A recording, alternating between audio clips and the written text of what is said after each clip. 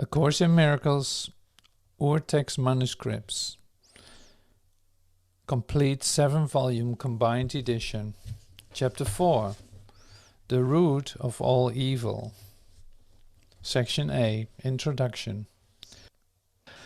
Aside to Helen, you were both wise and devoted. 2 words which are literally interchangeable in the sense that they truly bring on the exchange of one another, in claiming your scribal functions and working so late. You had committed a serious error against your brother, and one who has asked for your help. A devoted priestess does not do this. The Bible says you should go with a brother twice as far as he asks. It certainly does not suggest that you set him back on his journey. Devotion to a brother cannot set you back either. It can only lead to mutual progress. The result of genuine devotion is inspiration, a word which, properly understood, is the opposite of fatigue. To be fatigued is to be dispirited, but to be inspired is to be in the spirit. To be egocentric is to be dispirited, but to be self-centered in the right sense is to be inspired or in the soul. The truly inspired are enlightened and cannot abide in darkness. Do not attempt to break God's copyright, because his authorship alone can copyright. Your own right authorship does not lie in remaking his copies, but in creating like him. Embarrassment is always an expression of egocentricity, an association which has been made before, made, not created. This kind of association is always man-made. Both of you have completed the SCT stem. When I was called on to speak with the I became embarrassed and could not speak. This should be corrected to recognized my authorship. Tell B that he cannot be embarrassed by his own words unless he believes that he is responsible for them. We have already corrected word to thought, and he is free to allocate the authorship for his thoughts as he elects. He can speak from his soul or from his ego, precisely as he chooses. If he speaks from his soul, he has chosen to be still and know that I am God. These words are inspired because they come from knowledge. If he speaks from his ego, he is disclaiming knowledge instead of affirming it, and is thus dispiriting himself. The dispirited have no choice but to be narcissistic, and to be narcissistic is to place your faith in the unworthy. Your real worth is your divine authorship, and your soul is its acknowledgement. I cannot guide your egos except as you associate them with your souls. Attacking misidentification errors is neither my function nor yours. Destroying the devil is a meaningless undertaking. Cervantes wrote an excellent symbolic account of this procedure, though he did not understand his own symbolism. The real point of his writing was that his hero was a man who perceived himself as unworthy because he identified with his ego and perceived its weakness. He then set about to alter his perception, not by correcting his misidentification, but by behaving egotistically. Chesterton wrote an excellent description of Cervantes and his perception of his unheroic hero, a view of man which the ego tolerates all too frequently, but the soul never countenances. And he sees across a weary land a straggling road in Spain, up which a lean and foolish knight forever rides in vain.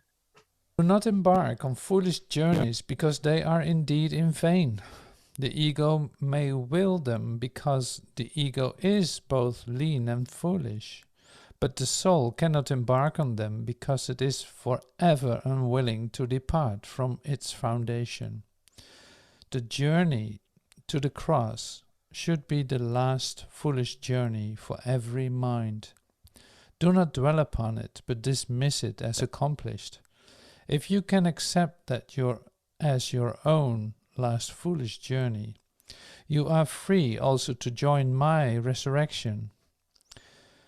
Human living has indeed been needlessly wasted in repetition compulsion. It reenacts the separation, the loss of power, the foolish journey of the ego in its attempt at reparation, and finally the crucifixion of the body, or death. Repetition compulsion can be endless, unless they are given up by an act of will, or more properly, as an active creation. Do not make the pathetic human error of clinging to the old rugged cross. The only message of the crucifixion is in respect for man's ability to overcome the cross. Unless he does so, he is free to crucify himself as often as he chooses. But this was not the gospel I intended to offer him. We have another journey to undertake, and I hope that if both of you will read these notes carefully, they will help to prepare you to undertake it. A Course in Miracles, Urtext Manuscripts, complete 7-volume combined edition, Volume 1, Chapter 4, Section B, Right Teaching and Right Learning. We have spoken of many different human symptoms, and at this level there is almost endless variation. But there is only one cause for all of them. The authority problem is the root of all evil. Money is but one of its many reflections, and is a reasonably representative example of the kind of thinking which stems from it. The idea of buying and selling implies precisely the kind of exchange that the soul cannot understand at all, because their own supply is always abundant, and all their demands are fully met. Every symptom which the ego has made involves a contradiction in terms. This is because the mind is split between the ego and the soul, so that whatever the ego makes is incomplete and contradictory. Consider what a speechless professor means as a concept. It literally means a non-professing professor, or a non-speaking speaker. Untenable positions such as this are the result of the authority problem, which, because it accepts the one inconceivable thought as its premise, can only produce ideas which are inconceivable. Bill may claim, and has certainly done so in the past, that the professorship was thrust upon him. This is not true. He wanted it very much, and also worked hard to get it. He would not have had to work so hard either, if he had not misunderstood it. The term profess is used quite frequently in the Bible, but in a somewhat different context. To profess is to identify with an idea and offer the idea to others to be their own. The idea does not lessen, it becomes stronger. The teacher clarifies his own ideas and strengthens them by teaching them. Teacher and pupil, therapist and patient are all alike in the learning process. They are in the same order of learning, and unless they share their lessons, they will lack conviction. If a salesman must believe in the product he sells, How much more must a teacher believe in the ideas which he professes? But he needs another condition. He must also believe in the students to whom he offers this idea. But he needs another condition. He must also believe in the students to whom he offers his ideas. Bill could not be afraid to teach unless he still believes that interaction means loss and that learning means separation. He stands guard over his own ideas because he wants to protect his thought system as it is, and learning means change. Change is always fearful to the separated because they cannot conceive of it as a change toward healing the separation. They always perceive it as a change for further separation because separation was their first experience of change. Bill, your whole fear of teaching is nothing but an example of your own intense separation anxiety, which you have handled with the usual series of mixed defenses in the combined pattern of attack on truth and defense of error, which characterizes all ego thinking. You insist that if you allow no change to enter into your ego, your soul will find peace. This profound confusion is possible only if one maintains that the same thought system can stand on two foundations. Nothing can reach the soul from the ego, and nothing from the soul can strengthen the ego or reduce the conflict within it. The ego is a contradiction. Man's self and God's self are in opposition. They are opposed in creation, in will, and in outcome. They are fundamentally irreconcilable because the soul cannot perceive, and the ego cannot know. They are therefore not in communication, and can never be in communication. Nevertheless, the ego can learn because its maker can be misguided, but cannot make the totally lifeless out of the life given. The soul need not be taught, but the ego must. The ultimate reason why learning or teaching is perceived as frightening is because true learning does lead to the relinquishment, not destruction, of the ego to the light of the soul. This is the change the ego must fear because it does not share my charity. My lesson was like yours, and because I learned it, I can teach it. I never attack your egos, in spite of Helen's strange belief. My lesson was like yours. Because I learned it, I can teach it. I never attack your egos, in spite of Helen's strange beliefs to the contrary, but I do try to teach them how their thought systems have arisen. When I remind you of your true creation, your egos cannot but respond with fear. Bill, teaching and learning are your greatest strengths now because you must change your mind and help others change theirs. It is pointless to refuse to tolerate change or changing because you believe that you can demonstrate by doing so that the separation never occurred. The dreamer who doubts the reality of his dream while he is still dreaming is not really healing the level split. You have dreamed of a separated ego, and you have believed in a world which rested upon it. This is very real to you. You cannot undo this by doing nothing and not changing. If you are willing to renounce the role of guardians of your thought systems and open them to me, I will correct them very gently and lead you home. Every good teacher hopes to give his students so much of his own thinking that they will one day no longer need him. This is the one real goal of the parent, teacher, and therapist. This goal will not be achieved by those who believe that they will lose their child or pupil or patient if they succeed. It is impossible to convince the ego of this because it goes against all of its own laws. But remember that laws are set up to protect the continuity of the system in which the lawmaker believes. It is natural enough for the ego to try to protect itself once you have made it. But it is not natural for you to want to obey its laws unless you believe in them. The ego cannot make this choice because of the nature of its origin, but you can because of the nature of yours. Egos can clash in any situation, but souls cannot clash at all.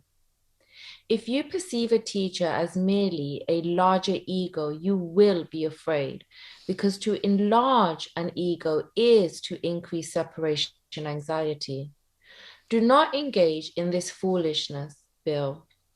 I will teach you and live with you if you will think with me. But my goal will always be to absolve you finally from the need for a teacher. This is the opposite of the ego-oriented teacher's goal.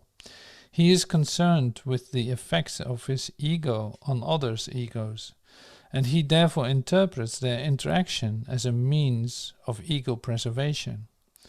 This is no less true if he is afraid to teach than if he is frankly out to dominate through teaching.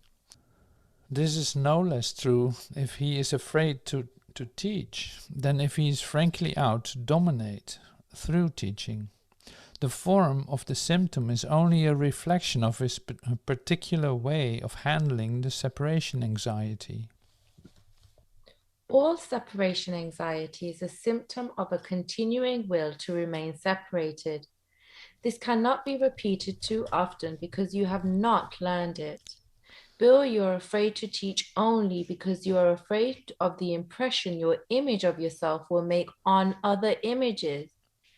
You believe that their approval of your image will exalt it, but also that your separation anxiety will be increased. You also believe that their disapproval of it will lessen the separation anxiety, but at the cost of depression. I would not be able to devote myself to teaching if I believed either of these ideas. And you will not be a devoted teacher yourself as long as you maintain them. I am constantly being perceived as a teacher, either to be exalted or rejected, but I do not accept either perception for myself. Your own worth is not established by your teaching. Your worth was established by God. As long as you dispute this, everything you do will be fearful, and particularly any situation which lends itself easily to the superior-inferior fallacy. Teachers must be patient and repeat their lessons until they are learned. I am willing to do so because I have no right to set your learning limits for you. Once again, nothing you do, or think, or will, or make is necessary to establish your worth. This point is not debatable except in delusions. Your ego is never at stake because God did not create it. Your soul is never at stake because He did.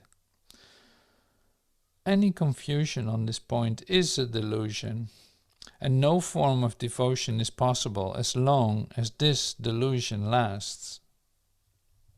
Bill, if you will be a devoted teacher rather than an egocentric one, you will not be afraid. The teaching situation is fearful if it is misused as an ego involvement. If you become afraid, it is because you are using it this way.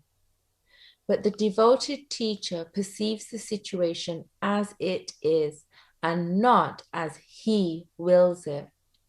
He does not see it as dangerous because he is not exploiting it. The ego tries to exploit all situations into form of praise for itself in order to overcome its doubts. It will be doubtful forever, or better, as long as you believe in it. You who made it cannot trust it, because you know it is not real. The only sane solution is not to try to change reality, which is indeed a fearful attempt, but to see it as it is.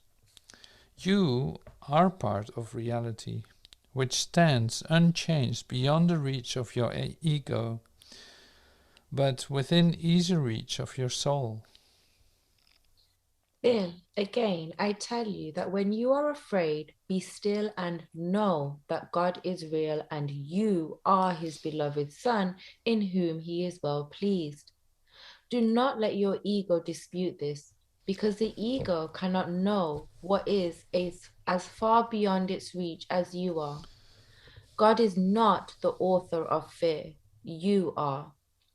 You have willed, therefore, to create unlike him, and you have made fear for yourselves. You are not at peace because you are not fulfilling your function. God gave you a very lofty responsibility which you are not meeting. You know this, and you are afraid. But your egos have chosen to be afraid instead of meeting it. When you awaken, you will not be able to understand this because it is literally incredible. Do not believe the incredible now. Any attempt to increase its believableness is merely to postpone the inevitable. The word inevitable is fearful to the ego, but joyous to the soul. God is inevitable, and you cannot avoid him any more than he can avoid you. The ego is afraid of the soul's joy, because once you have experienced this, you will withdraw all protection from your ego and become totally without investment in fear.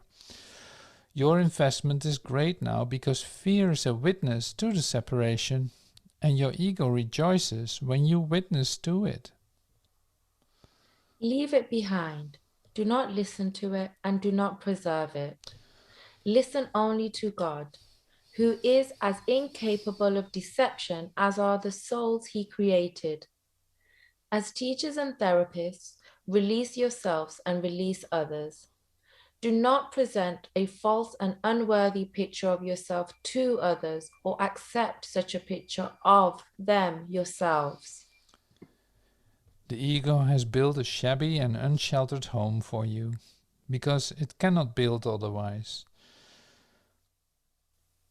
The ego has built a shabby and unsheltered home for you because it cannot build otherwise. Do not try to make this impoverished house stand. Its weakness is your strength. Only God could make a home that was worthy of his creations, who have chosen to leave it empty by their own dispossession. His home will stand forever and is ready for you when you choose to enter. Of this you can be wholly certain. God is as incapable of creating the perishable as your ego is of making the eternal. Of your egos, you can do nothing to save yourself or others, but of your souls, you can do everything for the salvation of both. Humility is a lesson for the ego, not for the soul. The soul is beyond humility because it recognizes its radiance and gladly sheds its light everywhere. The meek shall inherit the earth because their egos are humble, and this gives them better perception.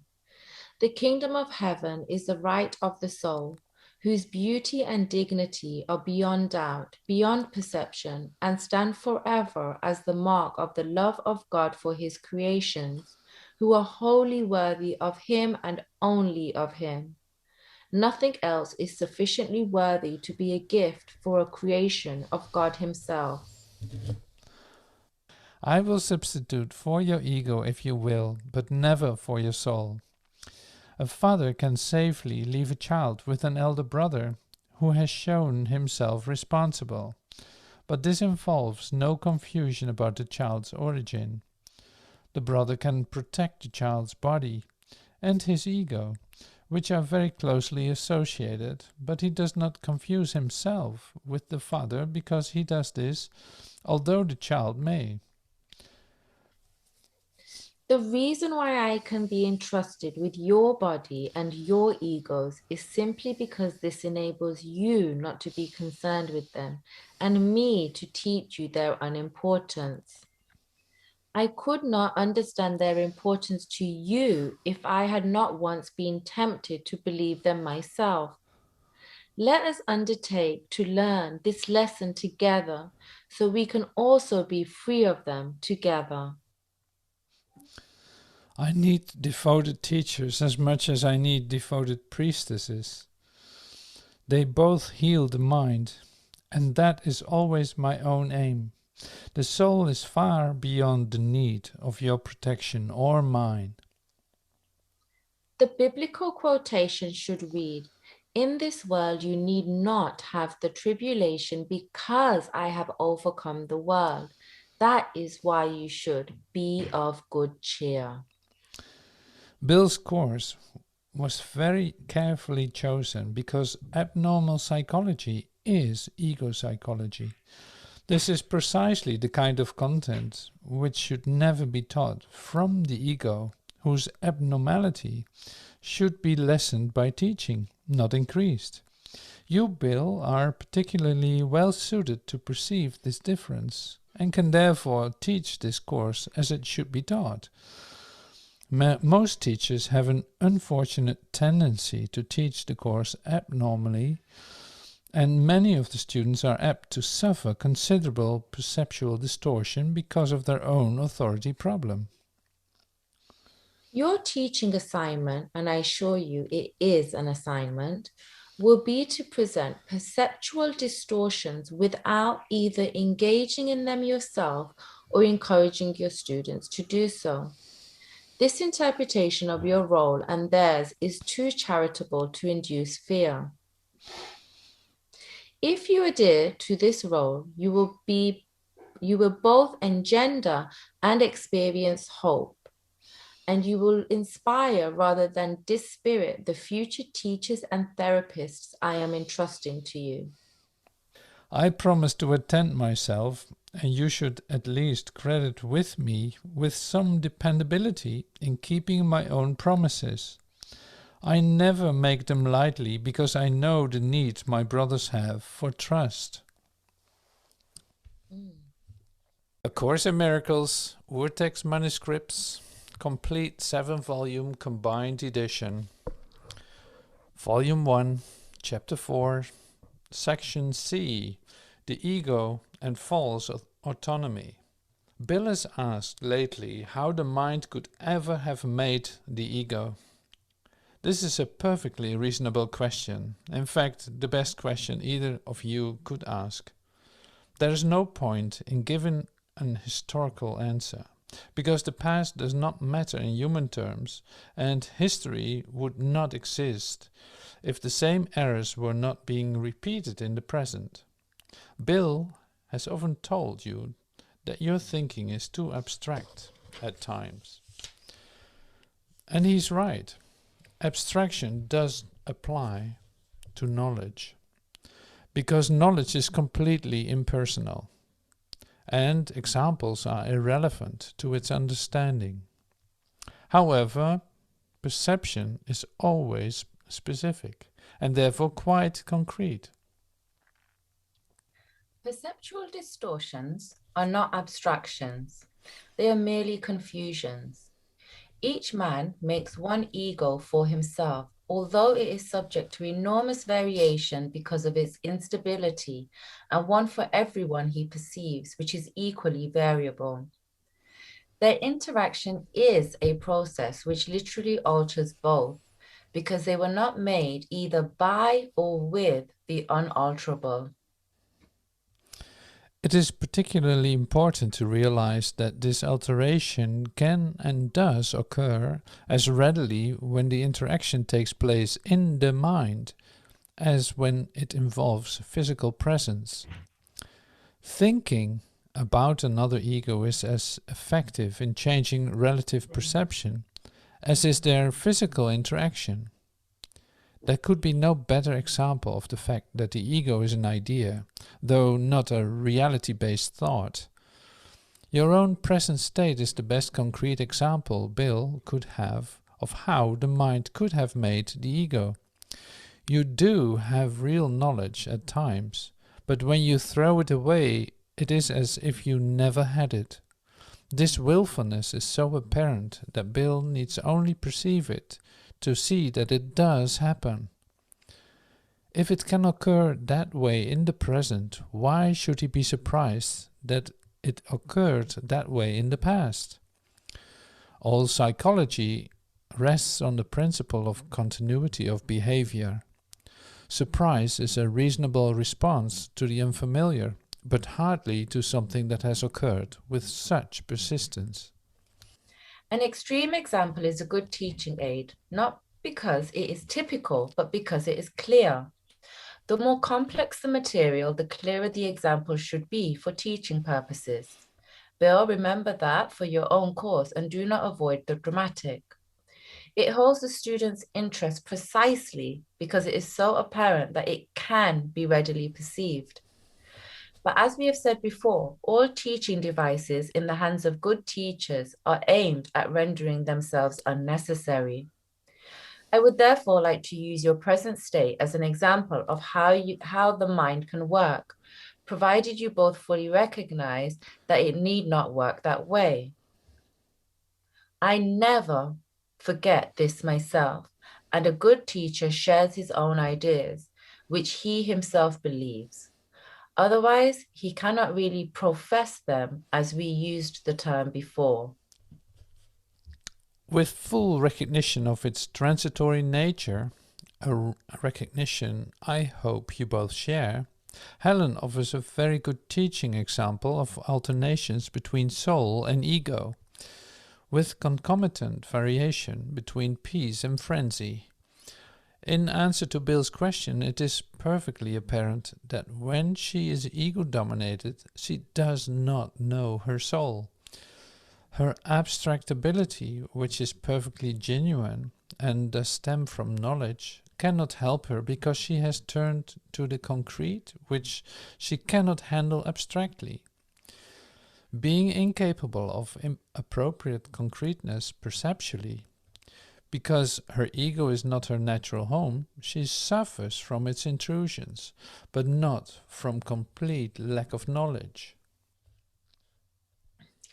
The result is a kind of double vision, which would have produced an actual diplopia if she had not settled for nearsightedness.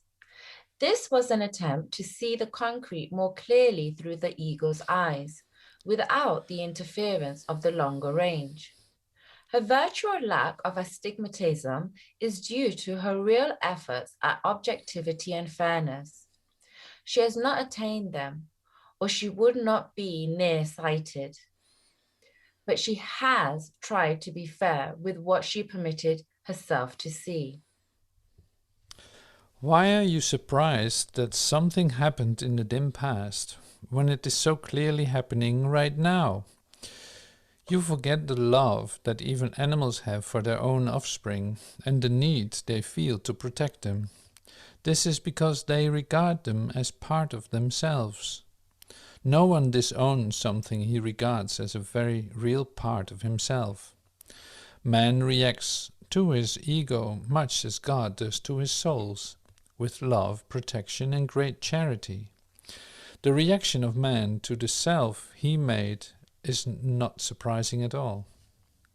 In fact, it duplicates in many ways the way he will one day react to his real creations, which are as timeless as he is. The question is not how man responds towards his ego, but only what he believes he is.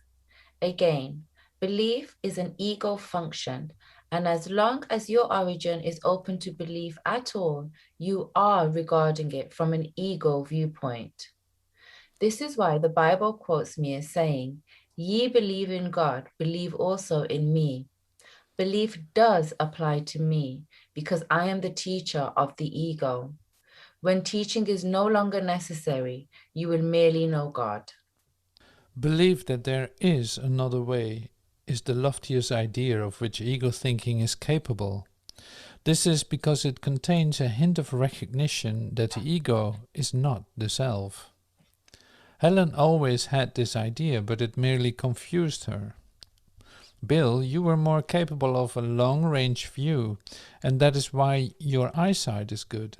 But you were willing to see because you utilized judgment against what you saw. This gave you clearer perception than Helen's, but cut off the cognitive level more deeply. That is why you believe that you never had knowledge. Repression has been a stronger mechanism in your own ego defense, and that is why you find her shifts as hard to tolerate. Willfulness is more characteristic of her, and that is why she has less sense than you do. It is extremely fortunate, temporarily, that the particular strengths you will both develop and use are precisely those which the other must supply now. You who will be the strength of God are quite weak, and you who will be God's help are clearly in need of help. What better plan could have been devised to prevent the intrusion of the ego's arrogance on the outcome? Undermining the foundation of an ego's thought system must be perceived as painful, even though this is anything but true. Babies scream in rage if you take away a knife or a scissor, even though they may well harm themselves if you do not. The speed up has placed you both in the same position. You are not by any means prepared, and in this sense, you are babies. You have no sense of real self-preservation and are very likely to decide that you need precisely what would hurt you most. Whether you know it or not, however, you both have willed to cooperate in a concerted and very commendable effort to become both harmless and helpful, two attributes which must go together. Your attitudes, even towards this, are necessarily conflicted because all attitudes are ego-based. This will not last. Be patient a while, and remember what we have said once before. The outcome is as certain as God. Helen used to perceive the quotation, "To him that has shall be given," as a paradox that bordered on the ironic. She also had a similar reaction to another related one. Faith is the gift of God. We have reinterpreted both of these statements before, but perhaps we can make them even clearer now. Only those who have a real and lasting sense of abundance can be truly charitable. This is quite obvious when you consider the concepts involved. To be able to give anything implies that you can do without it. Even if you associate giving with sacrifice, you still give only because you believe you are somehow getting something better so that you can do without the thing you give. Giving to get is an inescapable law of the ego, which always evaluates itself in relation to others' egos, and is therefore continually preoccupied with the scarcity principle which gave rise to it. This is the meaning of Freud's pleasure principle. Freud was the most accurate ego psychologist we ever had, although he would not have preferred this description himself. His ego was a very weak and deprived concept, which could function only as a thing in need. The reality principle of the ego is not real at all. It is forced to perceive the reality of other egos because it cannot establish the reality of itself. In fact, its whole perception of other egos as real is only an attempt to convince itself that it is real. Self-esteem, in ego terms, means nothing more than that the ego has deluded himself into accepting its reality and is therefore temporarily less predatory. This self-esteem is always vulnerable to stress, a term which really means that a condition has arisen in which the delusion of reality of the ego is threatened. This produces either ego deflation or ego inflation, resulting in either withdrawal or attack. The ego literally lives by comparisons. This means that equality is beyond its grasp, and charity becomes impossible. The ego never gives out of abundance because it was made as a substitute for it. This is why the concept of getting arose in the ego's thought system. All appetites are getting mechanisms representing ego needs to confirm itself. This is as true of bodily appetites as it is of the so-called higher ego needs. Bodily appetites are not physical in origin because the ego regards the body as its home and does try to satisfy itself through the body. But the idea that this is possible is a decision of the ego, which is completely confused about what is really possible. This accounts for its essential erraticness. Consider the inevitable confusion which must arise from the perception of the self, which responds, when I was completely on my own, I had no idea what was possible. The ego does believe it is completely on its own, which is merely another way of describing how it originated. This is such a fearful state that it can only turn to other egos and unite with them in a feeble attempt at identification, or attack them in an equally feeble show of strength. The ego is free to complete the stem.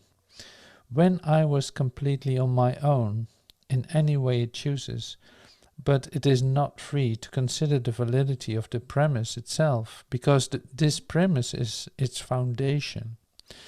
The ego is the belief of the mind that it is completely on its own. The ego's ceaseless attempts to gain the soul's acknowledgement and thus establish its own existence are utterly useless. The soul, in its origin, is unaware of the ego. It does not attack the ego. It merely cannot conceive of it at all. While the ego is equally unaware of the soul, it does perceive itself as rejected by something which is greater than itself.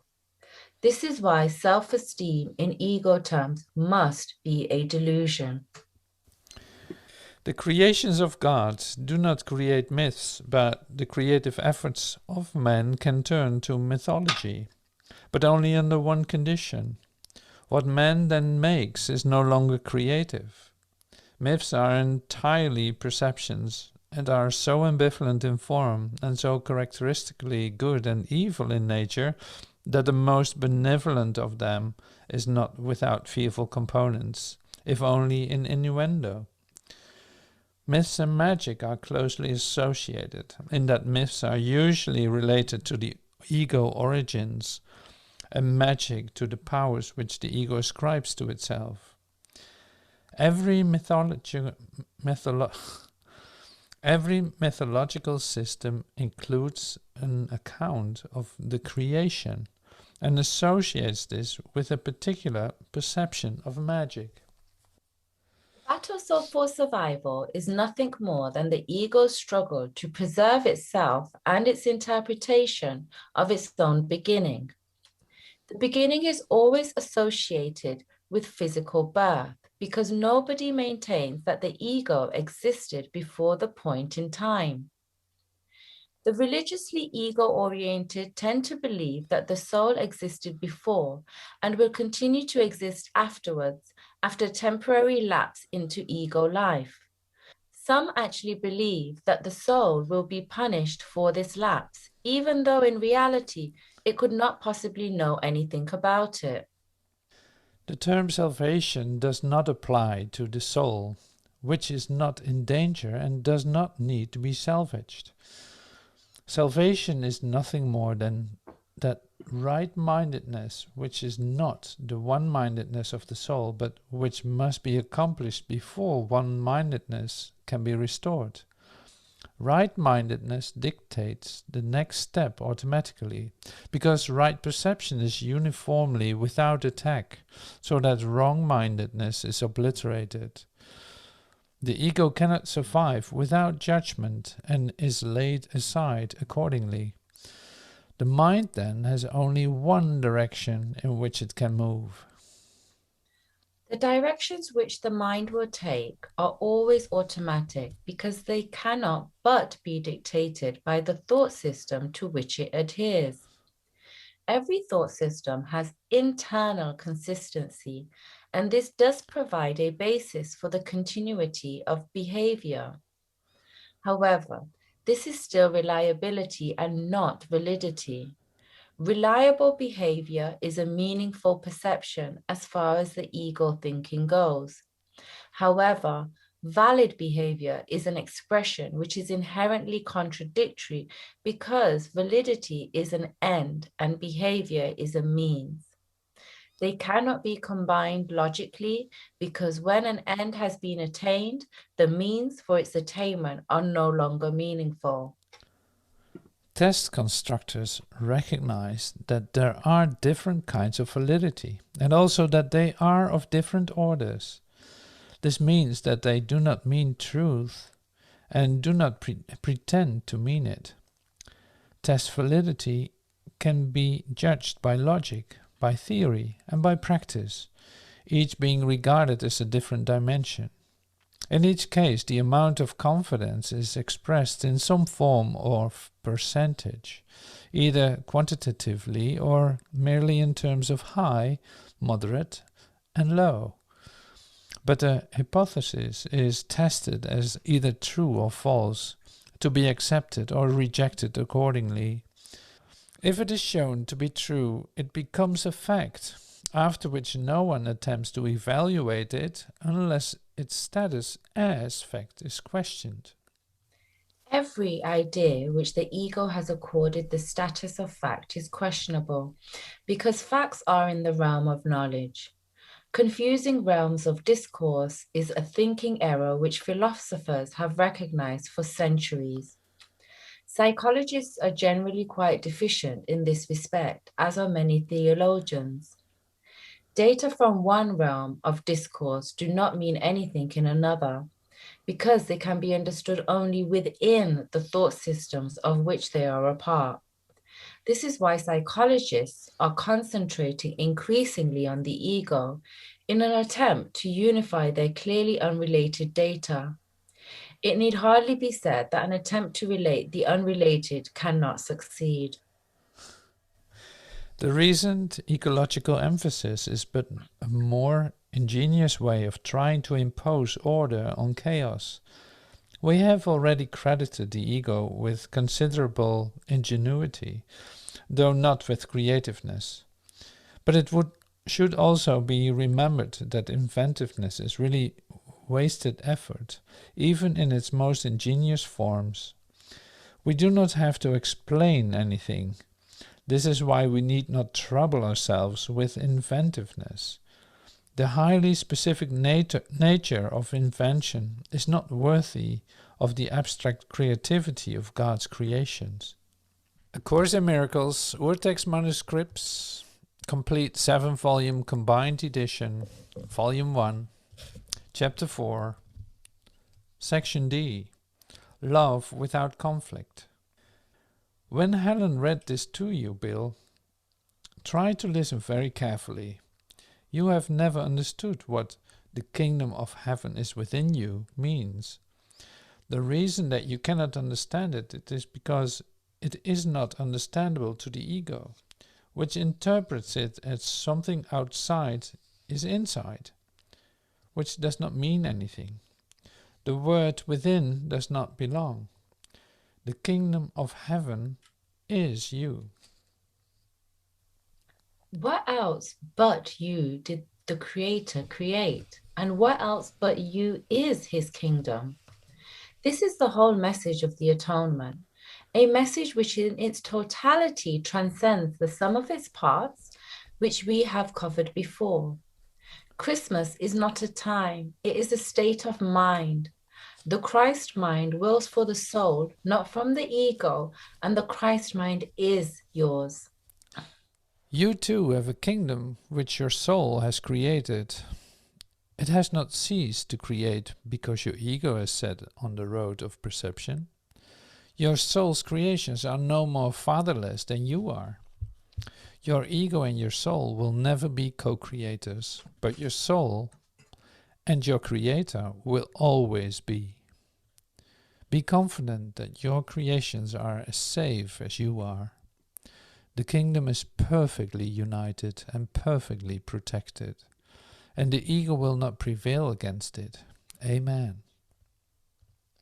That was written in that form because it is a good thing to use as a kind of prayer in moments of temptation. It is a declaration of independence. You will both find it very helpful if you understand it fully.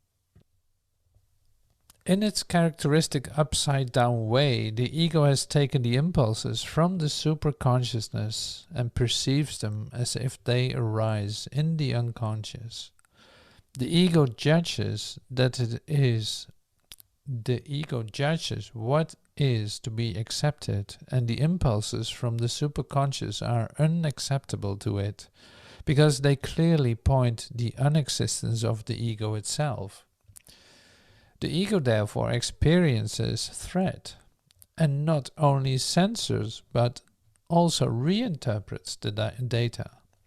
However, as Freud very correctly pointed out, what you do not perceive you still know, and it can retain a very active life beyond your awareness.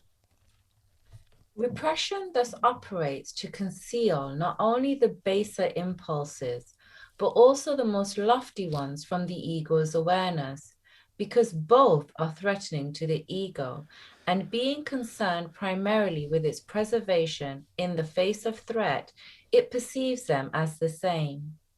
The threat value of the lofty is really much greater to the ego, because the pull of God himself can hardly be equated with the pull of human appetites.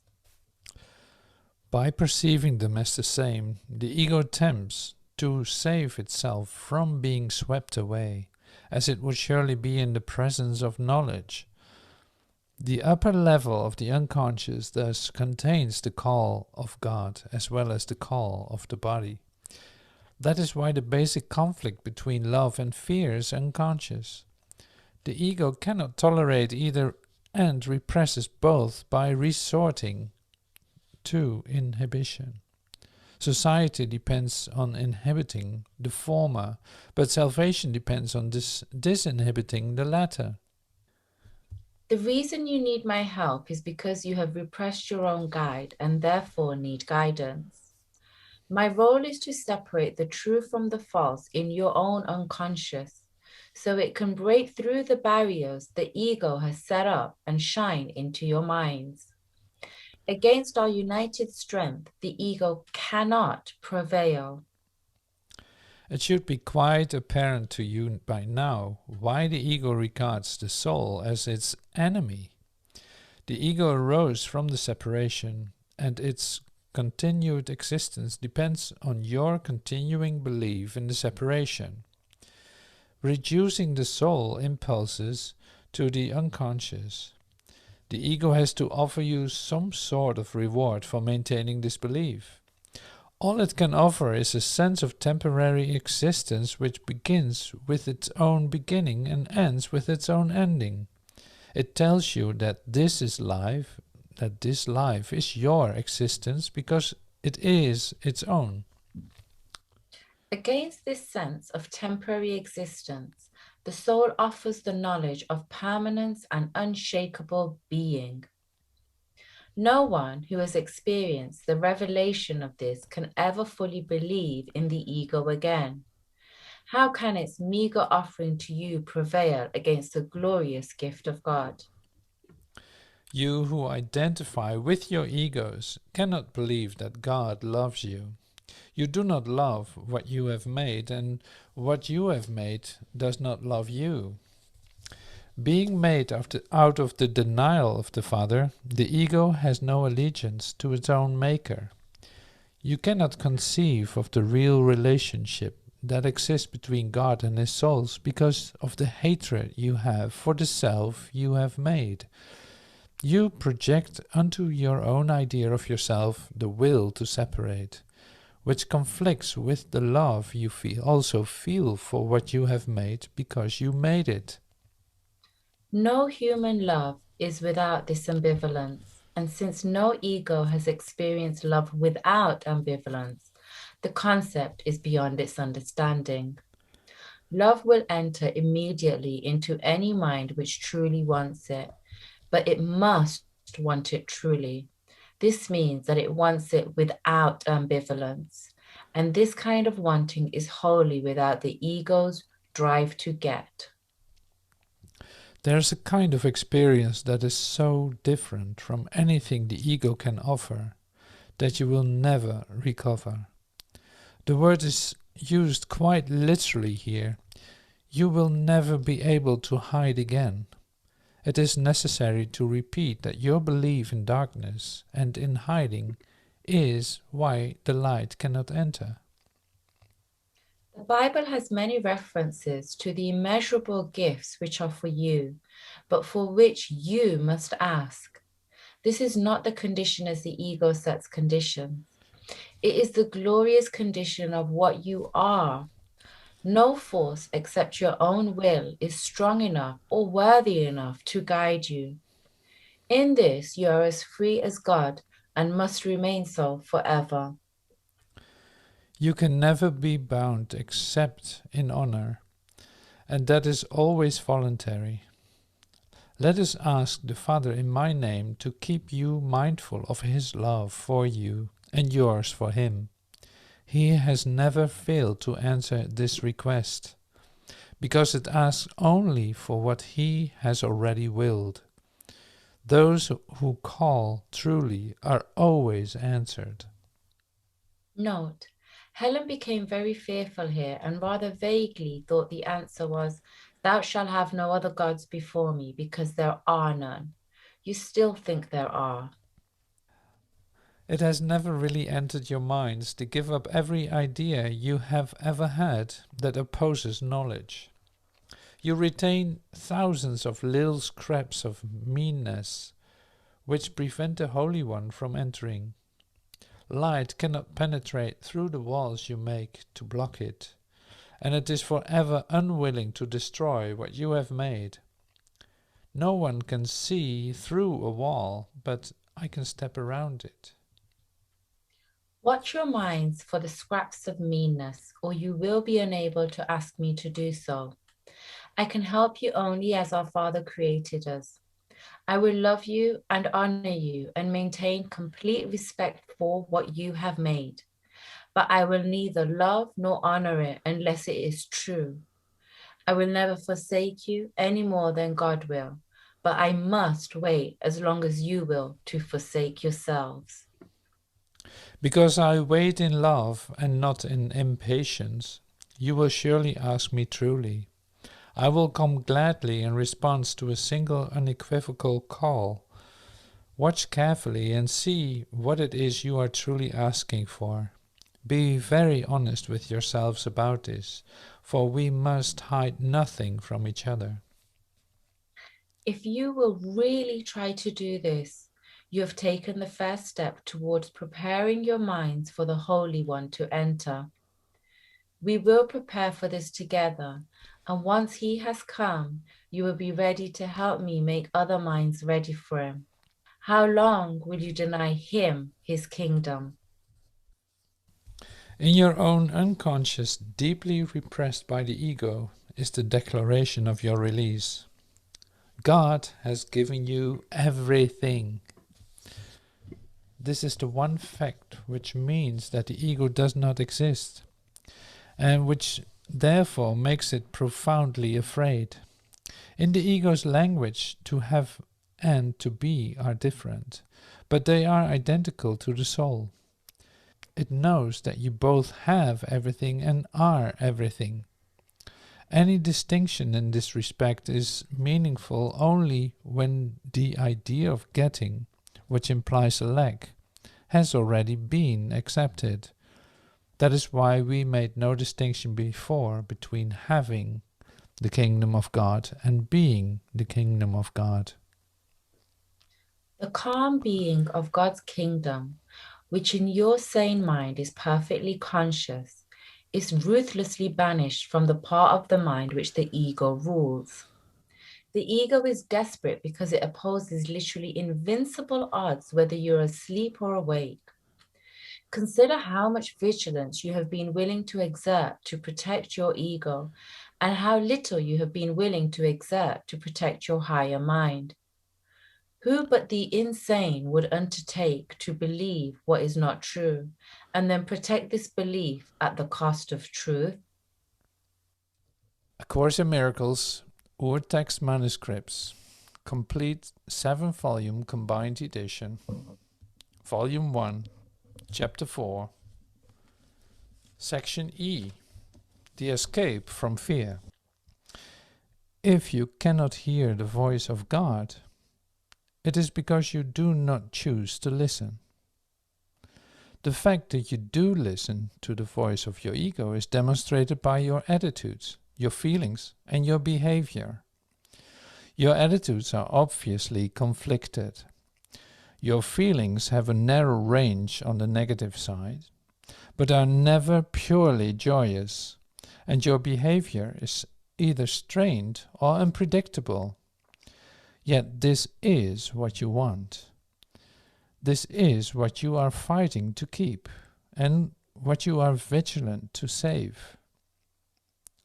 Your minds are filled with schemes to save the face of your own egos, and you do not seek the face of God. The glass in which the ego seeks to see its face is dark indeed. How can it maintain the trick of its existence except with mirrors? But where you look to find yourself is up to you. We have said that you cannot change your mind by changing your behavior, but we have also said, and many times before, that you can change your mind. When your mood tells you that you have willed wrongly, and this is so whenever you are not joyous, then no, this need not be. In every case, you have thought wrongly about some soul that God created, and are perceiving images your ego makes in a darkened glass. Think honestly what you have thought that God would not have thought, and what you have not thought that God would have you think.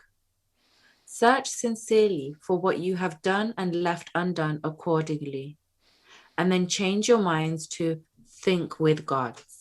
This might seem hard to you, but it is much easier than trying to think against it. Your mind is one with God's. Denying this and thinking otherwise has held your ego together, but has literally split your mind. As a loving brother, I am deeply concerned with your minds, and urge you to follow my example as you look at yourself and at each other, and see in both the glorious creations of a glorious Father. When you are sad, know that this need not be. Depression always arises ultimately from a sense of being deprived of something you want and do not have. Know you are deprived of nothing except by your own decisions, and then decide otherwise.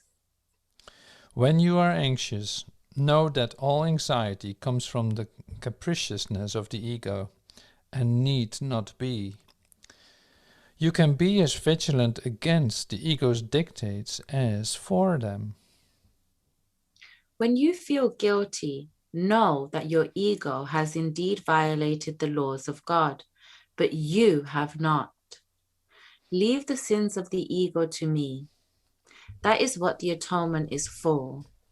But until you change your mind about those your ego has hurt, the atonement cannot release you. As long as you feel guilty, your ego is in command. because only the ego can experience guilt. This need not be. You, Helen, have been more honest than Bill in really trying to see whom your ego has hurt, and also in trying to change your mind about them. Helen doubtful whether this is accurate, written at the time when she was very angry. I'm not unmindful of your efforts, but you need still have too much energy invested in your ego, and this need not be. Watch your minds for the temptation of the ego, and do not be deceived by it. Know it offers you nothing. You, Bill, have not made consistent efforts to change your mind except through applying old habit patterns to new ideas. But you have learned and learned it better than Helen. Helen doubtful about accuracy here. That your mind gains control over itself when you direct it genuinely toward perceiving someone else truly. Your lack of vitality is due to your former marked effort at solving your needless depression and anxiety through disinterest. Because your ego was protected by this unfortunate negative attribute, you are afraid to abandon it. When you have given up this voluntary dispiriting, you have already seen how your mind can focus and rise above fatigue and heal. But you are not sufficiently vigilant against the demands of your ego that you disengage yourself. This need not be. The habit of engaging with God and His creations is easily made if you refuse actively to let your mind slip away. Your problem is not concentration. It is a belief that nobody, including yourself, is worth consistent effort. Side with me consistently against this deception, as we have sided against it briefly already. Do not permit this shabby belief to pull you back. The disheartened are useless to themselves and to me, but only the ego can be disheartened. Have you really considered how many opportunities you have had to gladden yourself, and how many of them you have refused? There is no limit to the power of a Son of God, but He Himself can limit the expression of His power as much as He wills. Your mind and mine can unite in shining your ego away and releasing the strength of God into everything you think and will and do. Do not settle for anything less than this, and refuse to accept anything but this as your goal. Watch your minds carefully for any beliefs that hinder its accomplishment and step away from them. Judge how well you have done this by your own feelings, for this is the one right use of judgment. Judgment, like any other defense, can be used to attack or protect, to hurt or to heal. The ego should be brought to your own judgment and found wanting there. Without your own allegiance, protection, and love, it cannot exist. Judge your ego truly, and you must withdraw allegiance, protection, and love from it. You are mirrors of truth in which God Himself shines in perfect light. To the ego's dark glass you need but say, I will not look there because I know these images are not true. Then let me, the Holy One, shine upon you in peace, knowing that this and only this must be. His mind shone on you in your creation and brought your mind into being. His mind still shines on you and must shine through you. Your ego cannot prevent Him from shining on you, but it can prevent you from letting Him shine through you. The first coming of the Christ is just another name for the creation, for the Christ is the Son of God. The second coming of Christ means nothing more than the end of the ego's rule over part of the minds of men, and the healing of the mind. I was created like you in the first, and I am reminding you that I have called you to join with me in the second. If you will think over your lives, you will see how carefully the preparations were made. I am in charge of the second coming, as I have already told you, and my judgment, which is used only for its protection, cannot be wrong because it never attacks. Yours is so distorted that you believe that I was mistaken in choosing you. I assure you, this is a mistake of your own egos. Do not mistake it for humility. Your egos are trying to convince you that they are real, and I am not. Because if I am real, I am no more real than you are. That knowledge, and I assure you that it is knowledge, means that Christ must come into your minds and heal them. While I am not attacking your egos, I am working with your higher mind, whether you're asleep or awake, just as your ego does with your lower mind.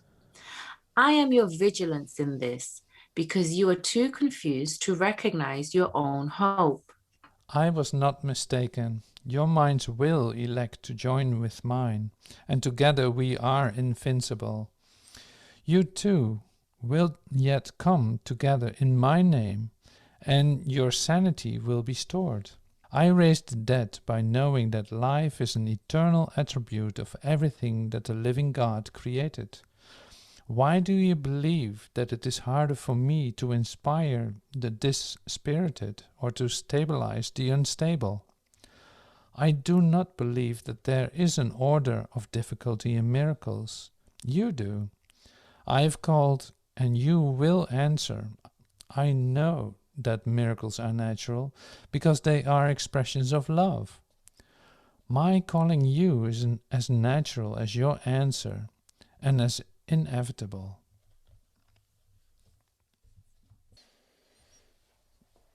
A Course in Miracles, Urtext Manuscripts, complete 7-volume combined edition. Volume 1, Chapter 4, Section F, The Ego-Body Illusion. All things work together for good. There are no exceptions except in the ego's judgment. Control is a central factor in what the ego permits into consciousness, and one to which it devotes its maximum vigilance. This is not the way a balanced mind holds together. Its control is unconscious. The ego is further off balance by keeping its primary motivation unconscious and raising control rather than sensible judgment to predominance. It has every reason to do this, according to the thought system which both gave rise to it and which it serves. Sane judgment would inevitably judge against it and must be obliterated by the ego in the interest of its self-preservation. A crucial source of the ego's off-balance state is its lack of discrimination between impulses from God and from the body. Any thought system which makes this confusion must be insane. Yet this demented state is essential to the ego, which judges only in terms of threat or non-threat to itself. In one sense, the ego's fear of the idea of God is at least logical, because this idea does dispel it. Fear of disillusion from the higher source then makes some sense in ego terms. But fear of the body, with which the ego identifies so closely, is more blatantly senseless. The body is the ego's home by its own election. It is the only identification with which it feels safe, because the body's vulnerability is its own best argument that you cannot be of God. This is the belief that it sponsors eagerly. Yet the ego hates the body, because it does not accept the idea that the body is good enough as its home. Here is where the mind becomes actually dazed. Being told by the ego that it is really part of the body and that the body is its protector, it is also constantly informed that the body cannot protect it. This, of course, is not only true, but perfectly obvious. Therefore, the mind asks, "Where can I go for protection?" To which the ego replies, "Turn to me."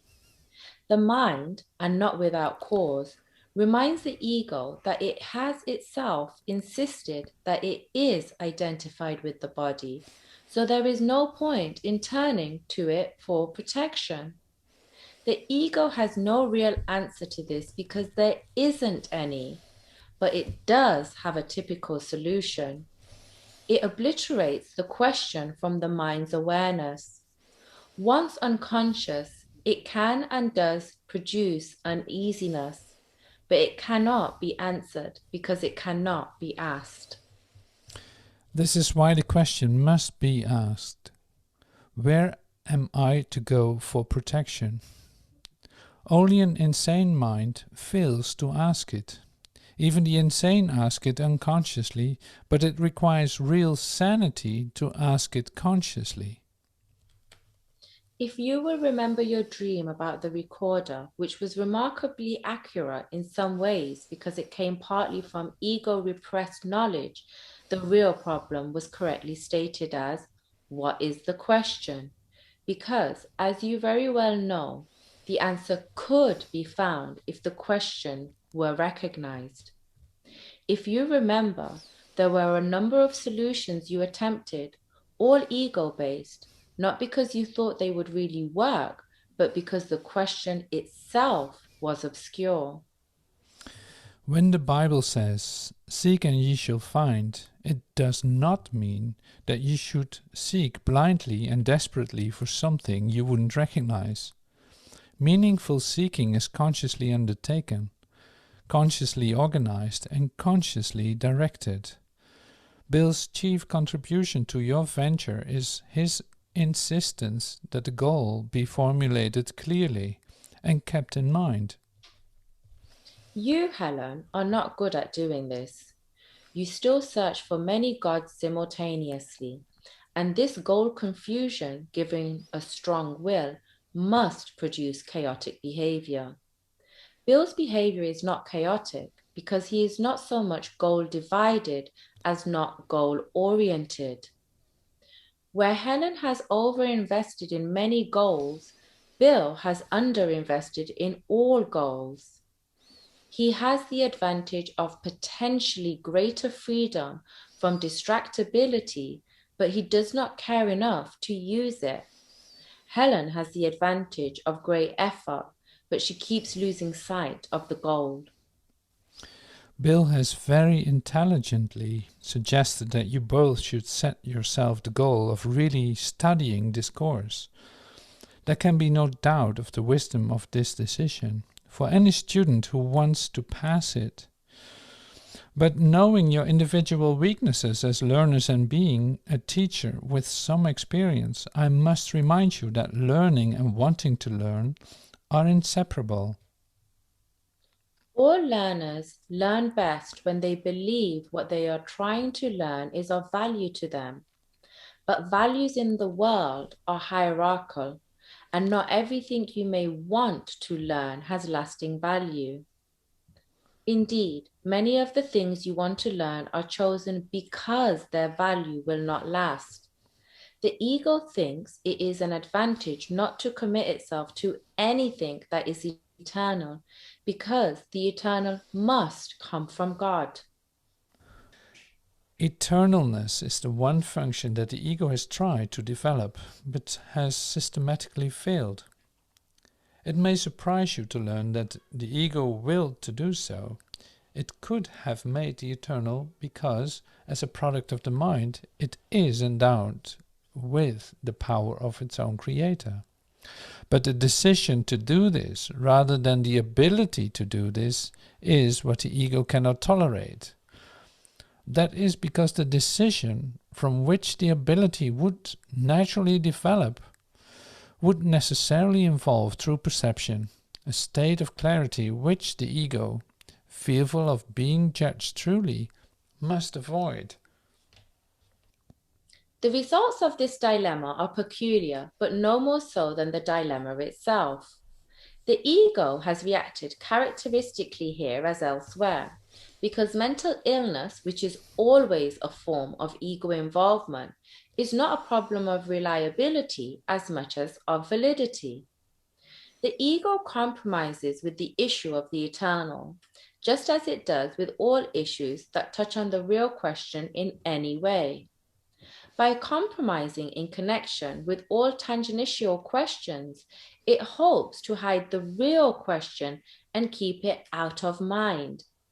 Its characteristic business with non-essentials is precisely for that purpose. Consider the alchemist's age-old attempts to turn base metal into gold. This typo was originally God. The one question which the alchemist did not permit himself to ask was, what for? He could not ask this, because it would immediately become apparent that there was no sense in his efforts, even if he succeeded. The ego has also countenanced some strange compromises with the idea of the eternal, making odd attempts to relate the concept to the unimportant in an effort to satisfy the mind without jeopardizing itself. Thus it has permitted many good minds to devote themselves to perpetual motion, but not to perpetual thoughts. Additional preoccupations with conceptual problems set up to be incapable of solution are another favorite ego device for impeding the strong-willed from real progress in learning. The problems of squaring the circle and carrying pi to infinity are good examples. A more recent ego attempt is particularly noteworthy. The idea of preserving the body by suspension, thus giving it the kind of limited immortality which the ego can tolerate, is among its more recent appeals to the mind. It is noticeable that in all these diversionary tactics, the one question which is never asked by those who pursue them is, what for? This is the question which you must learn to ask in connection with everything your mind wills to undertake. What is your purpose? Whatever it is, you cannot doubt that it will channelize your efforts automatically. When you make a decision of purpose, then you have made a decision about future effort, a decision which will remain in effect unless you change the decision. Psychologists are in a good position to realize that the ego is capable of making and accepting as real some very distorted associations which are not true. The confusion of sex with aggression and resulting behavior, which is the same for both, is a good example. This is understandable to the psychologist and does not produce surprise. The lack of surprise, however, is not a sign of understanding. It is a symptom of the psychologist's ability to accept as reasonable a compromise which is clearly senseless, to attribute it to the mental illness of the patient rather than his own, and to limit his questions about both the patient and himself to the trivial. These relatively minor confusions of the ego are not among its most profound misassociations, although they do reflect them. Your own egos have been blocking the more important questions which your mind should ask. You do not understand a patient while you yourselves are willing to limit the questions you raise about his mind, because you are also accepting these limits for yours. This makes you unable to heal him and yourself. Be always unwilling to adapt to any situation in which miracle-mindedness is unthinkable. That state in itself is enough to demonstrate that perception is wrong. A Course in Miracles, Urtext Manuscripts, complete 7-volume combined edition, Volume 1, Chapter 4, Section G, the constant state. It cannot be emphasized too often that correcting perception is merely a temporary expedient. It is necessary only because misperception is a block to knowledge, while accurate perception is a stepping stone toward it. The whole value of right perception lies in the inevitable judgment, which it necessarily entails that it is unnecessary. This removes the block entirely. You may ask how this is possible as long as you appear to be living in this world. And since this is a sensible question, it has a sensible answer. But you must be careful that you really understand the question. What is the you who are living in this world? Bill will probably have more trouble with this than you, but if he will try not to close his mind, he may decide that we are not engaging in denial after all. To help him, it might be wise to review a number of the concepts with which he does not appear to have trouble except at times.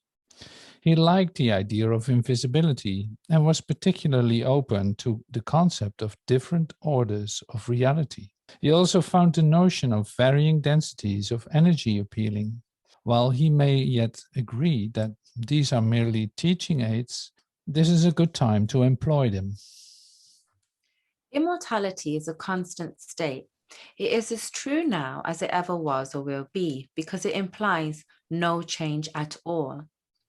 It is not a continuum and it is not understood by comparing it with any opposite. Knowledge never involves comparisons. That is its essential difference from everything else the mind can grasp. A little knowledge is not dangerous except to the ego. Vaguely, the ego senses threat, and being unable to realize that a little knowledge is a meaningless phrase because all and a little in this context are the same, decides that since all is impossible, the fear does not lie in this. A little, however, is a scarcity concept, and this the ego understands well. Regarding all as impossible, a little is perceived as a real threat. The essential thing to remember always is that the ego does not recognize the real source of its perceived threat. And if you associate yourself with the ego, you do not perceive the whole situation as it really is. Only your alliance to it gives the ego any power over you. We have spoken of the ego as if it were a separate thing, acting on its own. This was necessary to persuade you that you cannot dismiss it lightly and must realize how much of your thinking is ego-directed.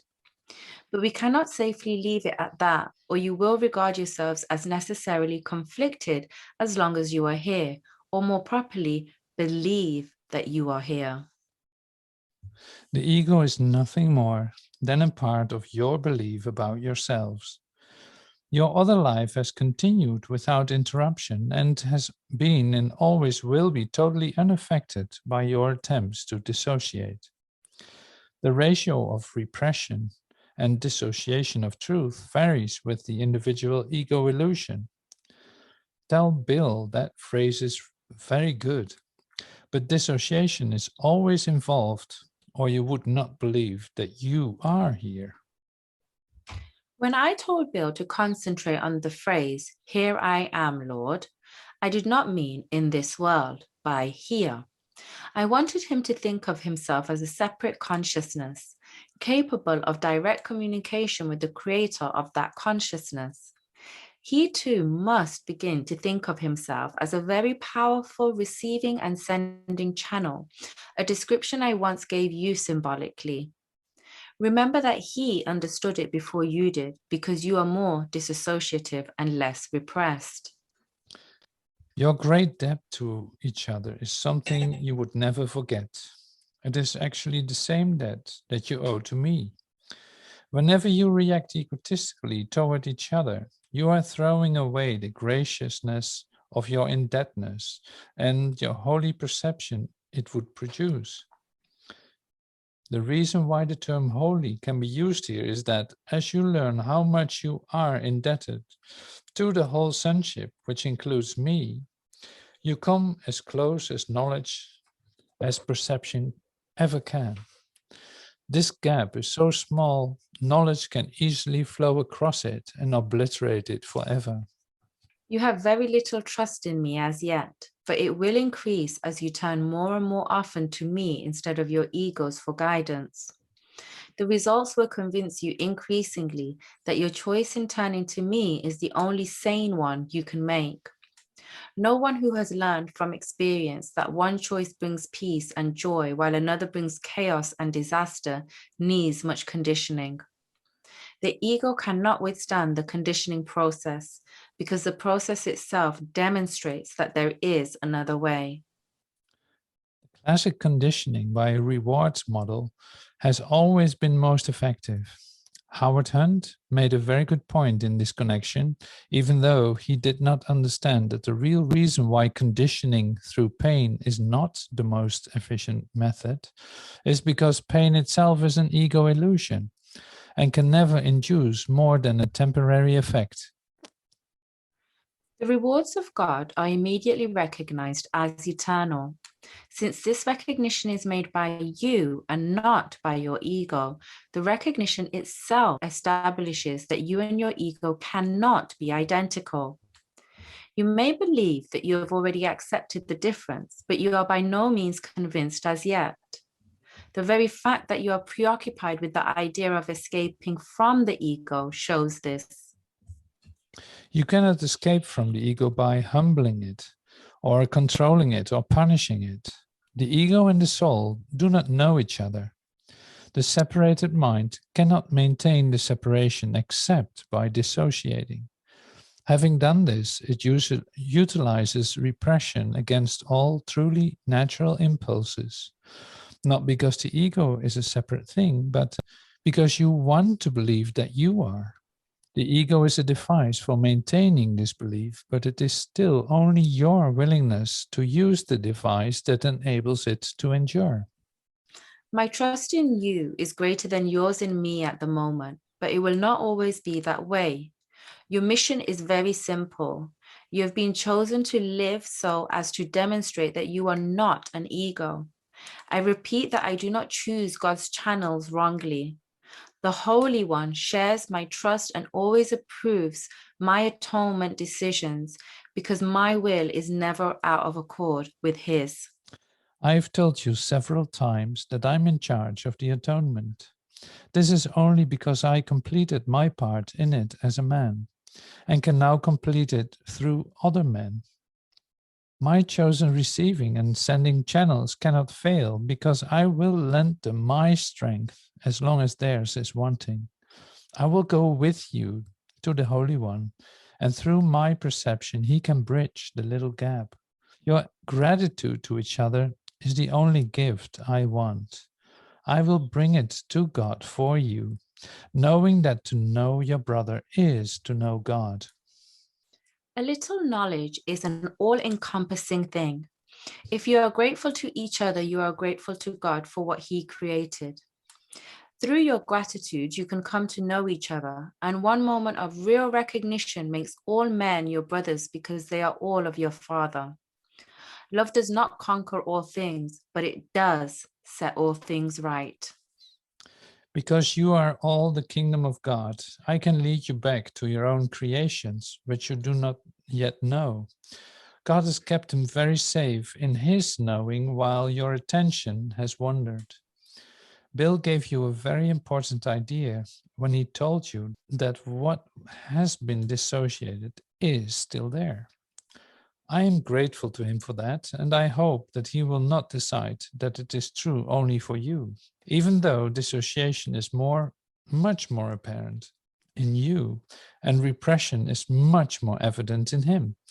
Each of you utilizes both. Wisdom always dictates that a therapist work through weaker defenses first. That is why I suggested to Bill that he persuade you to deal with repression first. We have only just about reached the point where disassociation means much to you, because it is so important to your misbeliefs. Bill might do well, and you could help him here to concentrate more on his dissociative tendencies and not try to deal with repression yet. I hinted at this when I remarked on his habit of disengaging himself, and when I spoke to him about distantiation. These are all forms of dissociation, and these weaker forms were always more evident in him than in you. That is because dissociation was so extreme in your case that you did not have to hide it because you were not aware that it was there. Bill, on the other hand, does dissociate more than he thinks, and that is why he cannot listen. He does not need to go through the same course in repression that you did, because he will give up his major defense after he had rid himself of the lesser ones. Do not disturb yourself about repression, Bill, but do train yourself to be alert to any tendencies to withdraw from your brothers. Withdrawal is frightening, and you do not recognize all the forms it takes in you. Helen is right that she will experience things that will cut across all her perceptions because of their stunning knowledge. You were right that this will occur when she learns to recognize what she already knows and has disassociated.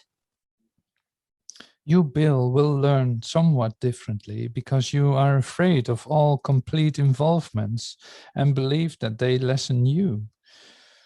You have learned to be so much more clear-sighted about this that you should ever be ready to oppose it in yourself relatively easy.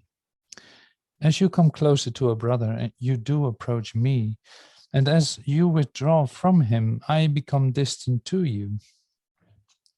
Your giant step forward was to insist on a collaborative venture. This does not go against the true spirit of meditation at all. It is inherent in it. Meditation is a collaborative venture with God. It cannot be undertaken successfully by those who disengage themselves from the sonship because they are disengaging themselves from me. God will come to you only as you will give him to your brothers. Learn first of them, and you will be ready to hear God as you hear them. That is because the function of love is one. How can you teach someone the value of something he has thrown away deliberately? He must have thrown it away because he did not value it. You can only show him how miserable he is without it and bring it near very slowly so he can learn how his misery lessens as he approaches it. This conditions him to associate his misery with its absence and to associate the opposite of misery with its presence. It gradually becomes desirable as he changes his mind about its worth. I am conditioning you to associate misery with the ego and joy with your soul. You have conditioned yourself the other way around. But a far greater reward will break through any conditioning if it is repeatedly offered when the old habit is broken. You are still free to choose. But can you really want the rewards of the ego in the presence of the rewards of God?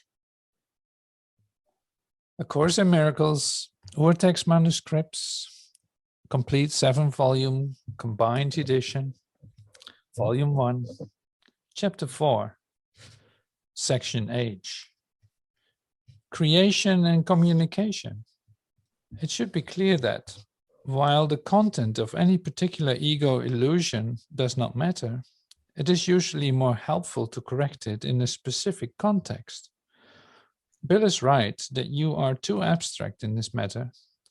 Ego illusions are quite specific. Although they frequently change, and although the mind is naturally abstract, it became concrete voluntarily as soon as it splits. However, only part of it splits, so only part of it is concrete.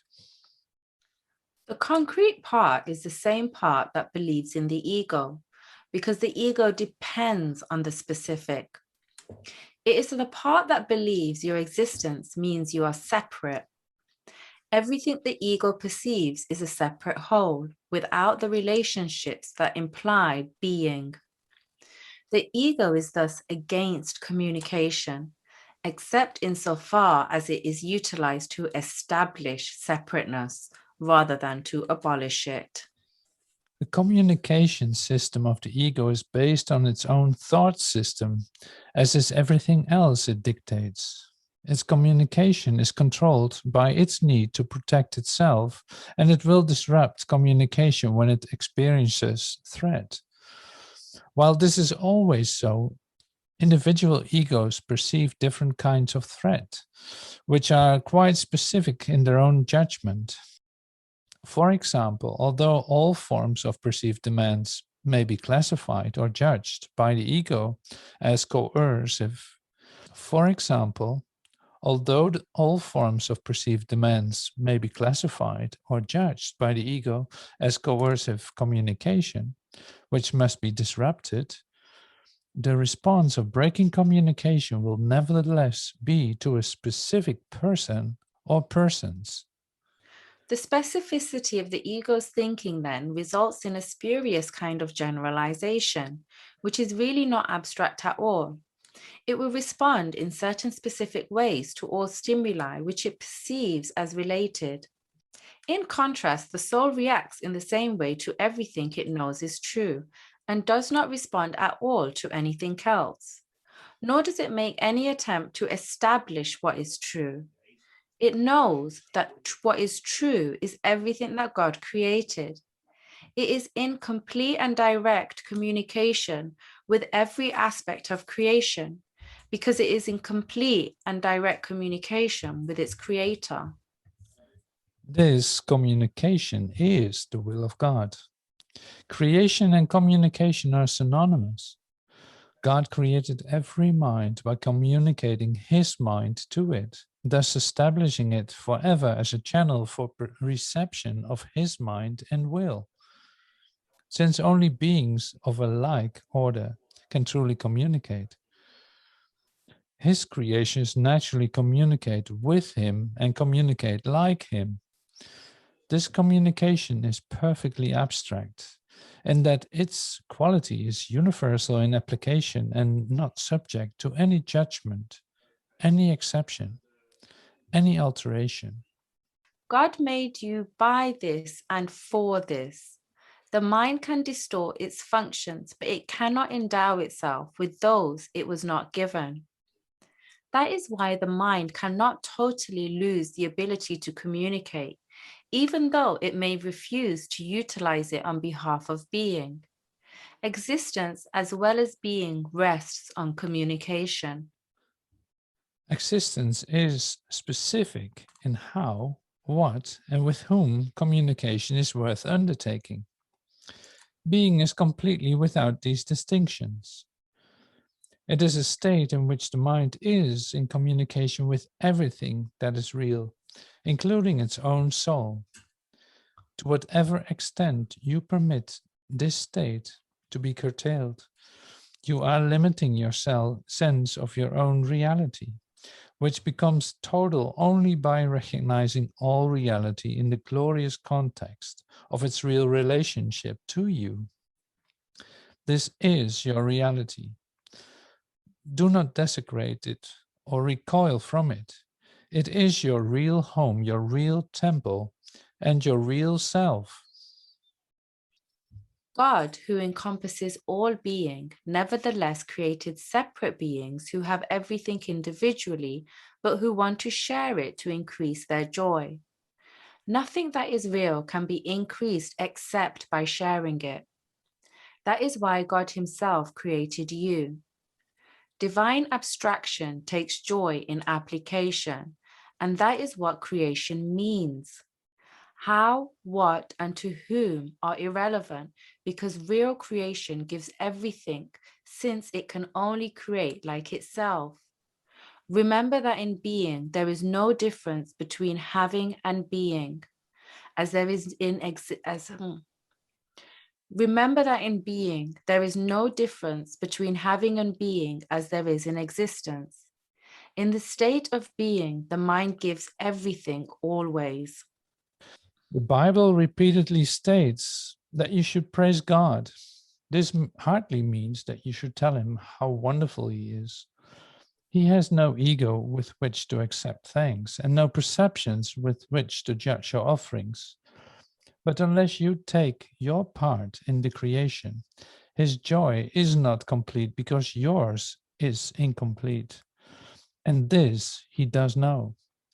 He knows it in his own being and its experience of his son's experience. The constant going out of his love is blocked when his channels are closed.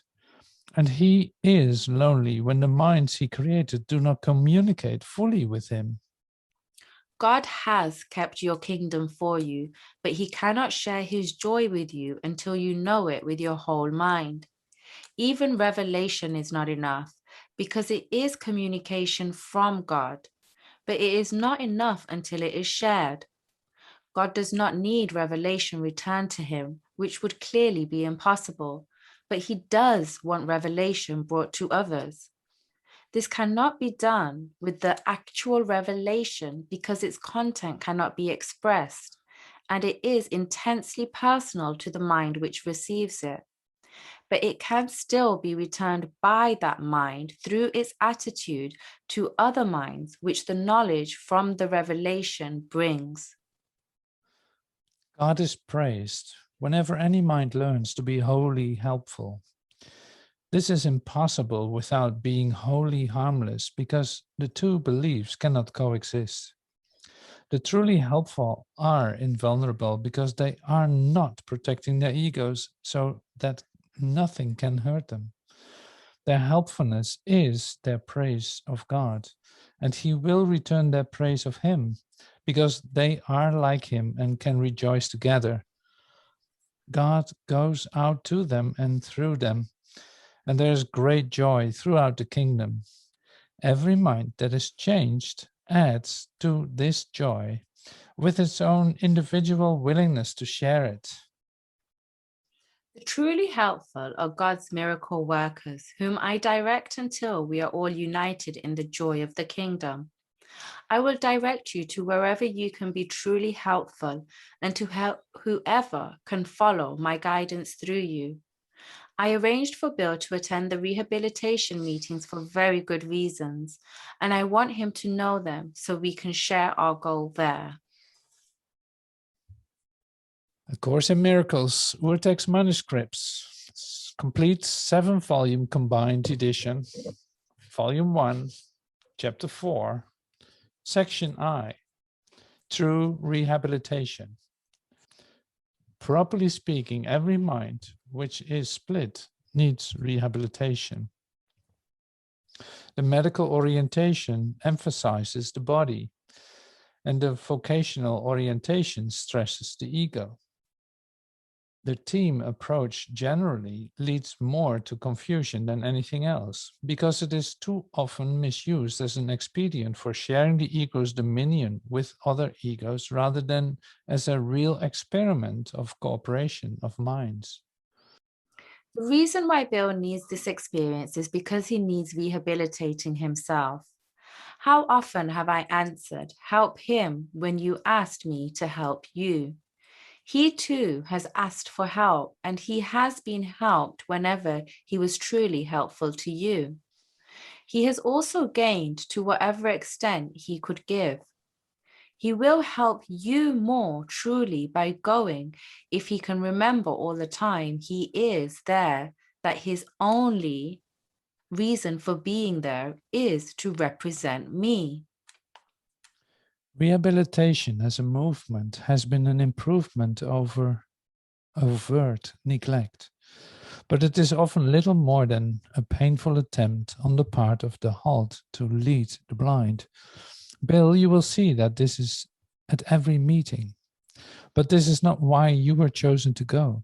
You have a fear of broken bodies because your ego cannot tolerate them. Your ego cannot tolerate ego weakness either without ambivalence, because it is afraid of its own weakness and the weakness of its chosen home. That is really why you recoil from the demands of the dependent and from the sight of a broken body. Your ego is threatened and blocks your natural impulse to help, placing you under the strain of divided will.